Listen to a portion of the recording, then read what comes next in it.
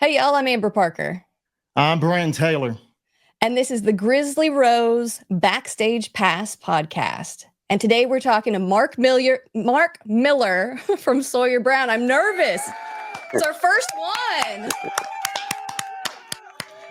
one. So Mark, I gotta ask, where did the name Sawyer Brown actually come from? Because I was always confused as a kid growing up. I thought you were Sawyer Brown.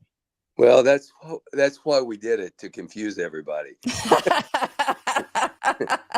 It's actually the name of a road here in Nashville. So we just took the we were a band, and we just took the name of the road, and that became our band name. It's almost like how people come up with their stripper name, the street you grew up on, and your first pet. Did you really say that, Andrew? I just said that. You've never heard that before? I don't know much about strippers, so well, at least I learned something today. Yeah, now you can come up with your stripper name later. Nothing against them. No, they're hardworking people too. Yes, I think. Yes. Absolutely.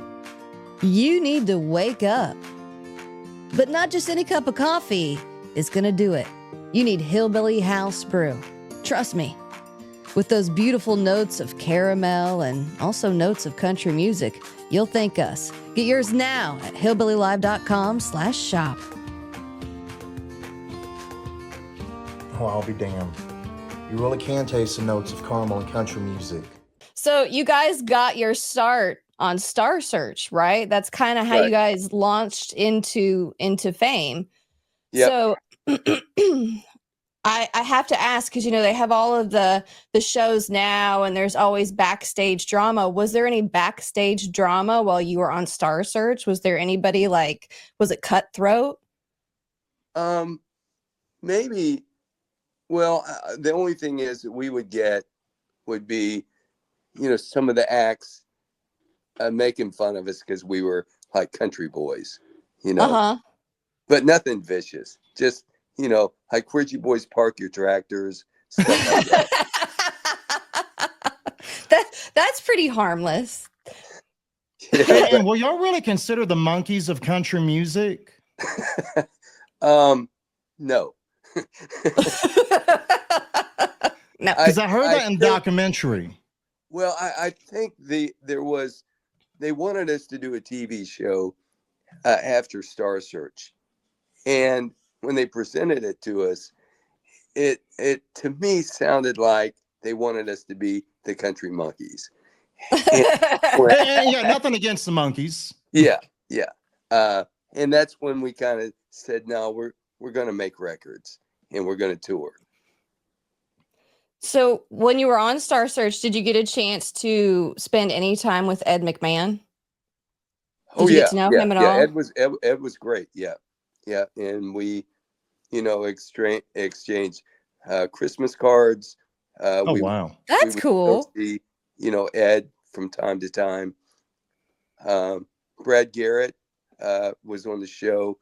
We're still really good friends with Brad. So, and he's the brother on Everybody Loves Raymond. Oh, Yeah. Okay. Yeah. Yeah. So So he was on the show at the same time as you? he was in the comic category. Oh, that's And my cool. wife is a big fan of his. Oh, he's awesome. A great dude. So do you remember around that time Ed McMahon doing the Publishers Clearinghouse thing? Sure. Do you remember that? Oh, yeah. Because everybody remembers that. But I learned on TikTok that they call that a Mandela effect, where everybody kind of remembers something wrong and they all remember it wrong together. Because I found this clip I'm going to play for you, because apparently he wasn't with Publishers Clearinghouse. Okay. Clearinghouse, right? No. You show up with No. it's not Publishers Clearinghouse. American. What's Publishers Clearinghouse? That's another company. What are you? That's our rival. Is that your rival? American Family Publishers. We're American Family. What's That's the Publishers okay. Clearinghouse? Craig, anybody can make a mistake. So, everybody remembers Publishers Clearinghouse, but that's not actually Right. what it was. Well, he was on Johnny Carson. He was Johnny Carson's sidekick. So I Yes. do that for a fact. Yes, yes, Now, was yes. he on Johnny Carson before Star Search? Oh yeah. Okay. Yeah, because that's Because I was a young child, so I mean, it's hard to piece together You a got lot of stuff. I was like 4 years old when that happened. with what you guys are asking me and what you don't know. You don't have to say you were a young child. We know that. we're showing our age. What you're asking and what you don't know. I love that. Go ahead. And I gotta ask, I mean, so when y'all were going through Star Search, I mean, it seemed like the country music industry wasn't really wanting to take y'all serious. I mean, how did y'all press on with that, knowing the criticism that y'all were getting? We were able to press on by the live show.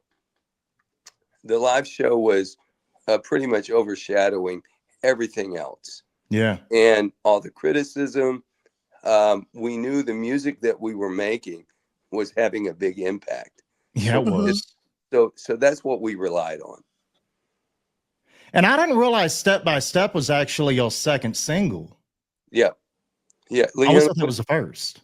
Leona was the first, and I think Leona went top 10, and then Step went number 1. Okay.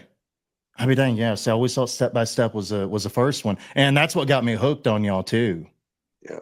Yeah. And, I listened to it today, and I can't believe we got away with it, because, if you're thinking 1984, it was pretty progressive. And I think it was just the strength of the TV show and the fan base that was able to make that happen. And it's always the fans. I mean, the fans, I mean, that's what makes the artist. I mean, if it's good music, the fans are always going to connect with it. And it doesn't matter what critics say or what country radio says. I mean, it's about the fans and the music. Well, and we've relied on that, because like we were on the charts for 21 years, and then we've survived, 20 years after not being on the chart. Yeah. And that's because of the fan base. Something else that had to have helped when you guys were coming up was the music videos, because that was right around the time that CMT was launching too. And that's one of the big things that I remember, because that's how I learned Sawyer Brown. Yeah, CMT was huge for us. We're a visual band, and the record label spent as much money on our videos as they did on our record budget. And y'all's videos were great. Yeah, they were great. Yeah, I mean, in the early days, we shot them on film, just like a movie would be shot on. Yeah, that's cool. And you had some amazing looks. I pulled some of the looks from some of your albums and some of your music videos. Okay, you definitely. Here we go. But no, I'm not making fun. But here is one thing I noticed when I was pulling these, because your outfits were always something that I remembered too from the music videos, because you stood out so much. It wasn't just the hat, the cowboy hat, and the shirt. It was always different. And one thing I noticed when I pulled these photos is that Morgan Wallen may have stolen your look. I agree with that too. I definitely agree with that. That's funny. I think you may next have time been you his... see Morgan Wallen, you need to let him know. Thank you for ripping off your fashion. Yeah, he's welcome. And the walk, I didn't realize the walk actually got beat out by Garth on the charts back in the day. I thought the walk went number 1. Well, listen, this is what you have to understand about the charts. And Bobby Bones said it best. The charts are political. So once you get into the top 5, you have a number 1 record. Yeah, you do. In reality. You get in the top 10, you got a number 1 record. So, impact is impact. It doesn't matter, because the guy or girl driving down the road, all they know is if they know that song and if they love that song. Yeah, that's true. They don't know that it went number 1, number 2, number 3. That's all the industry's accounting, bragging. Yeah.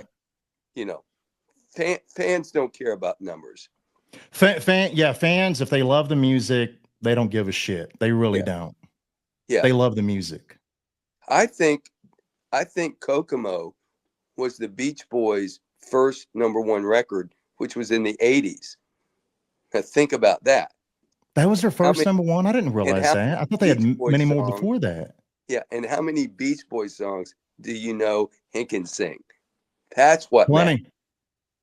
Yeah, that's what That's- matters. Yeah, exactly. Because that's what connects. It's not always something you hear on the radio, and there's so many different ways. And it started back in the 80s where you were able to get different ways to get your music to people, Yeah. you know? Yeah.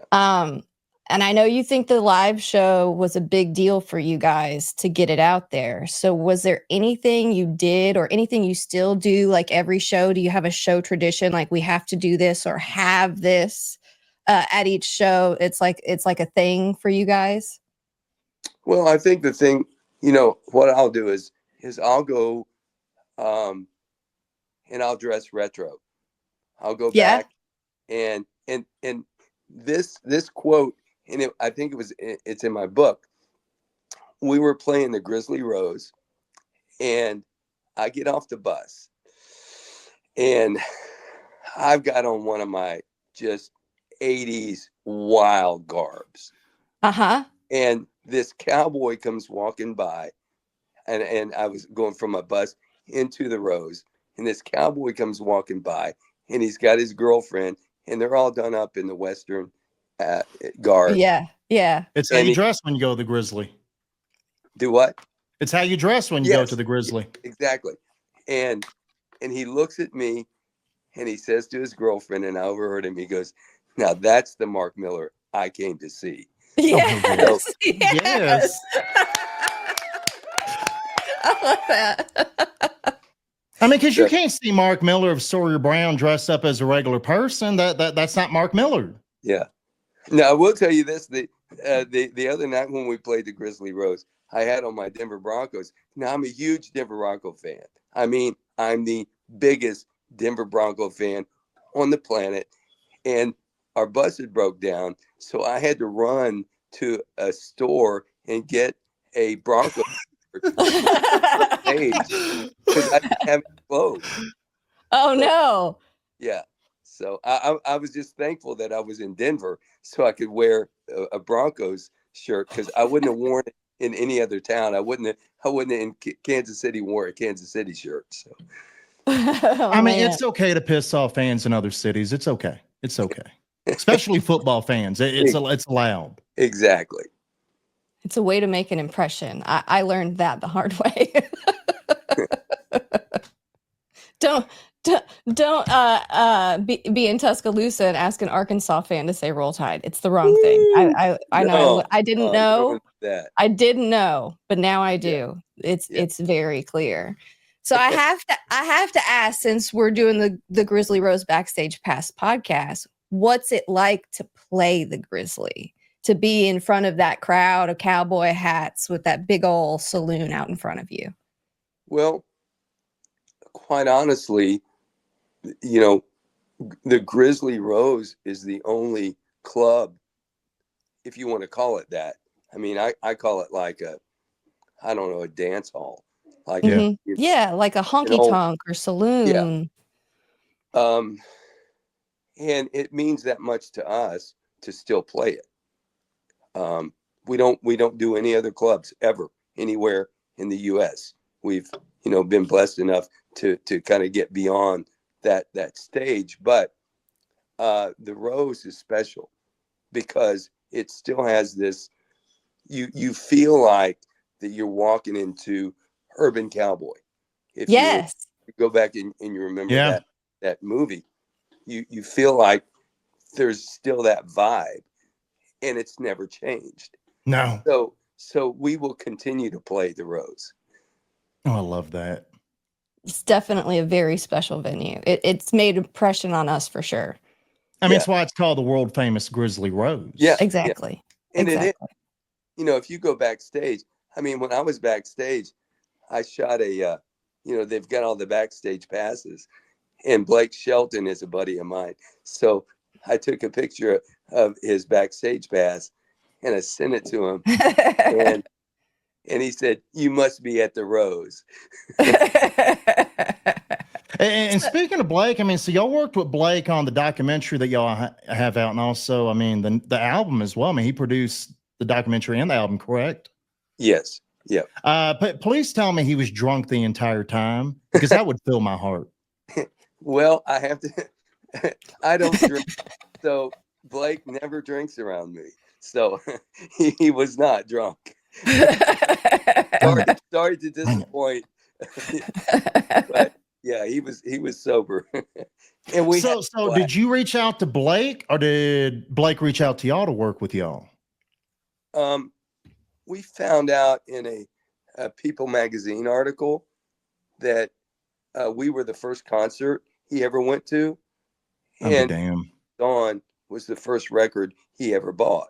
So we reached him, and he just jumped on, the 40-year anniversary wagon that because we did an album, a documentary, a book, and Blake was great because he came in and produced the album with us, and he was fantastic.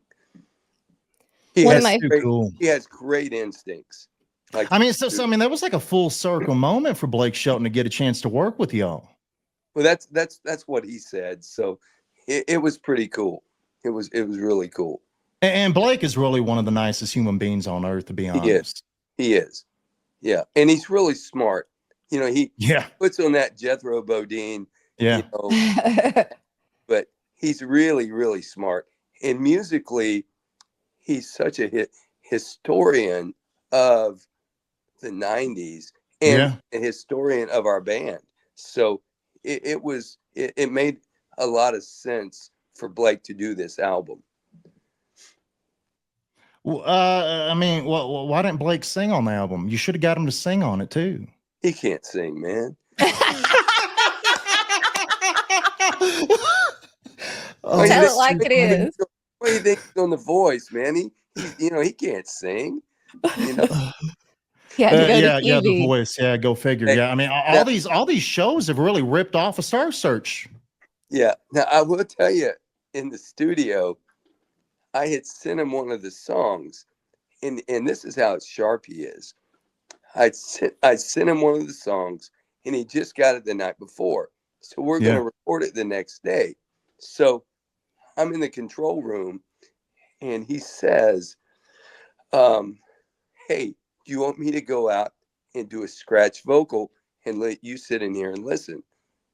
And I said, "Do you know the song? I just sent it to you." He said, "Yeah." And he literally went out and he sang the scratch vocal with the band while I sat in the control room, and he was note for note spot on. Oh, damn. That's awesome. And it was fantastic.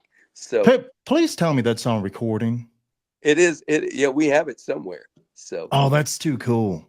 God, that's too cool. Is that ever going to get to see the light of day? No, because he's not as good as me. That's fair. That's fair. That's fair. I can't let people, I can't let him mess my song up. That's true. And he probably would. He probably would. Oh my gosh, that's hilarious. One of my favorite quotes from the documentary was right at the end. You said we turned 15 minutes into 40 years. Yeah. Well, how do you think you did that? How do you think you were able to stretch it out?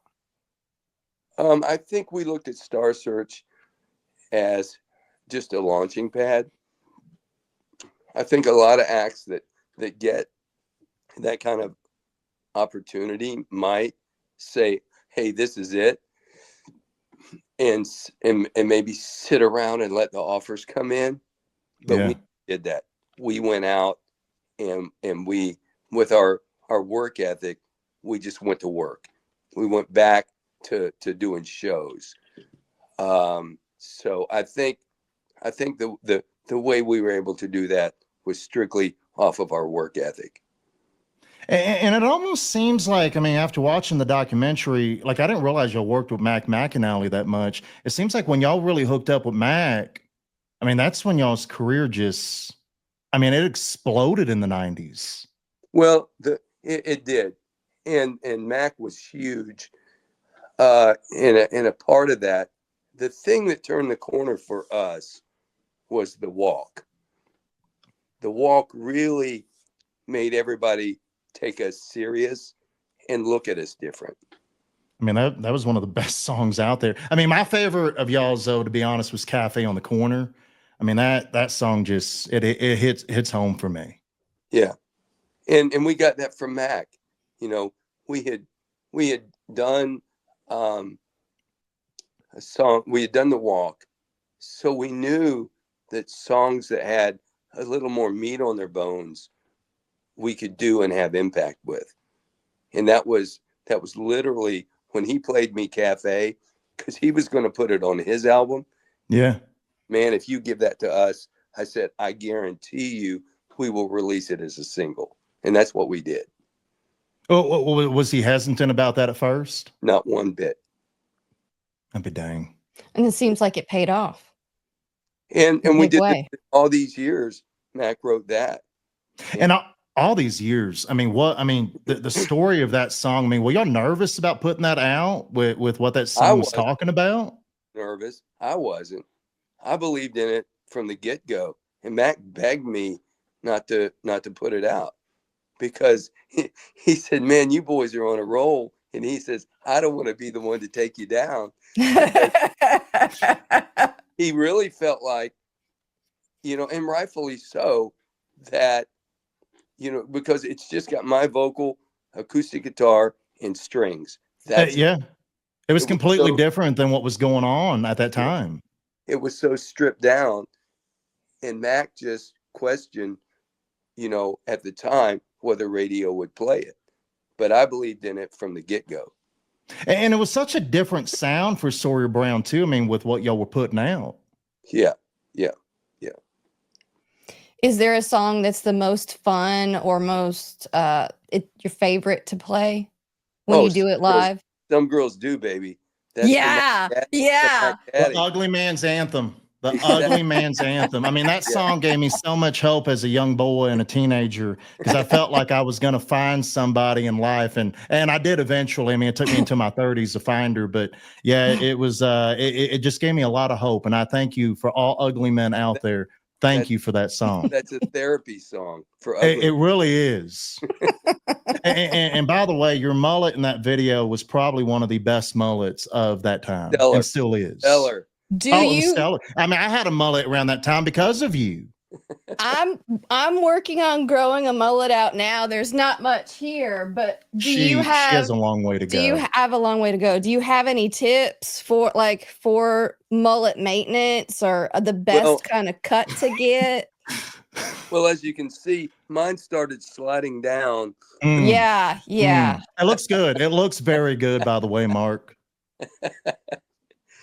Yeah. Do you ever miss the mullet? No. Hey, I do miss being able to do this. Right? Yeah. Did you ever have a fan blowing on stage to help with like the wind blowing that mullet? No? Okay. I just had to ask. Because I would have if I was on stage with the mullet. That's why you're not on stage, okay? Very true. Very true. Oh man, since we got the new album and we got the documentary and we got the book, what's coming for Sawyer Brown in 2025? I think we might do a duets album. So, are you shitting me? Is anyone good enough though to not mess it up? A couple people. So you? It just maybe two. Not Blake Shelton. I mean, have you already put the feelers out there for this? I mean, is this something that you're really working on? Yeah, we are working on it. So when can we expect maybe the album to come out? It would probably be later in the year. God, is it like a duets of new songs or duets of Sawyer Brown classics? Sawyer Brown classics. Oh my God, I love that even more. Oh my God. But they'll be like really different people, like you wouldn't expect. Ooh. Out of like you go, oh my gosh, you know. Oh, I can't wait. Yeah, that's gonna be good. Yeah. Okay, you just made I can't wait to get to 2025 now. Yeah. So I mean, after 40 years, I mean, do you see any sign of slowing down? I don't. I No. love it. Yeah, I think our whole idea about this 40 years was to get us to 50. So that's our mindset.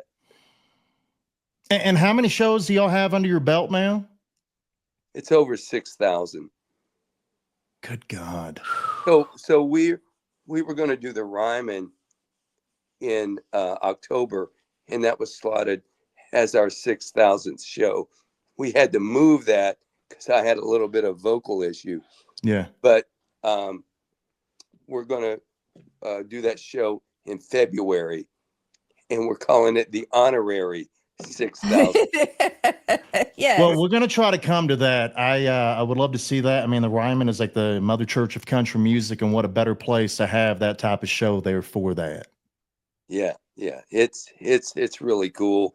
And yeah, so we're over 6,000 shows right now. That's impressive. I mean, and again, to go back to when y'all started, I mean, y'all were struggling, you know. I mean, y'all were just hoping to get recognized, and Star Search helped put y'all on the map. And it's funny how, you know, I remember hearing on the documentary, y'all just went there to get a video so y'all can push out to people so they can see who y'all were and what y'all were about. And you wound up winning the whole damn show, and here we are. So thank God for Ed McMahon and Star Search. Yeah, absolutely. Yeah. So do you want to push your music and your documentary and your book? Where can we get all that so everybody knows where they can watch and listen and everything? the documentary is called Get Me to the Stage on Time, and it's on Amazon, iTunes, and Google Play. And I've watched it about 4 times already, by the way. So I'm just putting it out there. And I can't stop watching. Let everybody know you gotta put in the title. If you just put in Sawyer Brown, it won't come up. So that's the truth. That happened to me. Yeah. You got to put in Get Me to the Stage on Time. And then we have a book that came out in February called The Boys and Me. And then the album came out in March that Blake produced called Desperado Troubadours. So you're a movie star, an author, and one of the best frontmen of one of the best bands out there. I'm definitely a movie star. You could. Yes, you are. Look at the way I act. I am a movie star. You just need your entourage around you, though, when you do interviews from now on. You just have to have them lined up behind you. You guys can't see. They're all in here. Okay. Yeah, mine too. Mine too. I got the butler. I've got everybody here. It's like Clue. I love it. Yeah. I love it. Again, Mark, thank you so much. It means the world to us. You know, I mean, again, we grew up with you and Sawyer Brown. It's just, I mean, I'm in awe to even talk with you. I really am. I actually got a chance to meet you. You played Colorado Springs, I guess, a couple of years ago. My wife and I went back to meet y'all, and my wife was actually still pregnant at the time when we met y'all. So I can say my baby, you know, also met y'all. She just, you know, didn't see y'all. But yeah, thank y'all for everything. You're welcome, man. You're very welcome.